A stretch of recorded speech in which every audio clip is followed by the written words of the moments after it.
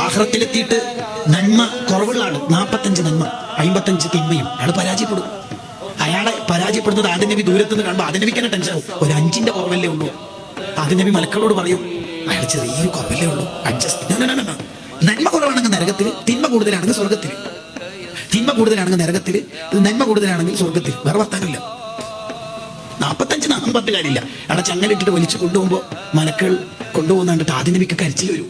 അർശിന്റെ ചുവട്ടിലിരിക്കുന്ന നബി സല്ലല്ലാഹു അലൈഹി വസല്ലം മകളോട് ആദ്യ നബി ഓടിപ്പോയിട്ട് പറയും, തങ്ങളുടെ ഉമ്മത്തിൽപ്പെട്ട ഒരാളതാ റാസിയിലുണ്ട്, കസ്തല്ലാനിയിലുണ്ട്, ഒരുപാട് കിതാബുകളിലുണ്ട്. തങ്ങൾ ഇടപെടും. ഒന്നും കൂടി അളക്കോന്ന് ചോദിക്കും. നന്മയുടെ തിന്മയുടെ തട്ടിലിട്ടിട്ട് മലക്കൾ തട്ടിപ്പൊന്നും നടത്തൂലല്ലോ. അത് അള്ളാഹു ഓർഡർ ഇടും. തങ്ങൾ പറഞ്ഞതനുസരിച്ച് സ്വീകരിക്കുക. അങ്ങനെ നന്മ കുറവ്, തിന്മ അധികം. അയാൾ കരയും. തങ്ങൾ ഇടപെട്ടിട്ടും എനിക്കൊന്നും രക്ഷപ്പെടാനുള്ള വഴിയില്ലല്ലോ എന്ന് വിചാരിച്ചിങ്ങനെ കരയുമ്പോഴാണ് തങ്ങൾ മടിത്തട്ടിയിൽ നിന്ന് ഒരു ബത്താക്ക മോഡൽ, ഒരു ചെറിയ സിംഹകൃഷ്ണ മോഡലുള്ള ഒരു കാട് മോഡൽ ഒരു സാധനം എടുത്തിട്ട് നന്മന്റെ തട്ടിലിടും. അതോടുകൂടി നന്മക്ക് ഭാരമാകും. സന്തോഷം കൊണ്ട് കരയും. റസൂലുള്ളാഹിനെ കെട്ടിപ്പിടിക്കും. എന്നിട്ട് ചോദിക്കും, എന്താ നബി അവിടെ ഇട്ടത്? മോൻ ചൊല്ലിയ കുറെ സ്വലാത്തൊക്കെ ഞാൻ എടുത്തു വെച്ചിന്, ആവശ്യം വരുമെന്ന് അറിയാലോ. എടുത്തു വെക്കണമെങ്കിൽ നമുക്ക് സ്വലാത്ത് ഉണ്ടാവേണ്ട ചങ്ങായിമാര്.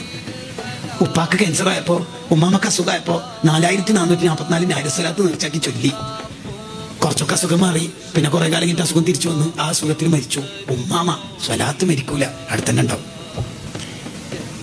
ഉപ്പ മരിക്കുമായിരിക്കും, സ്വലാത്ത് അവിടെ തന്നെ ഉണ്ടാവും.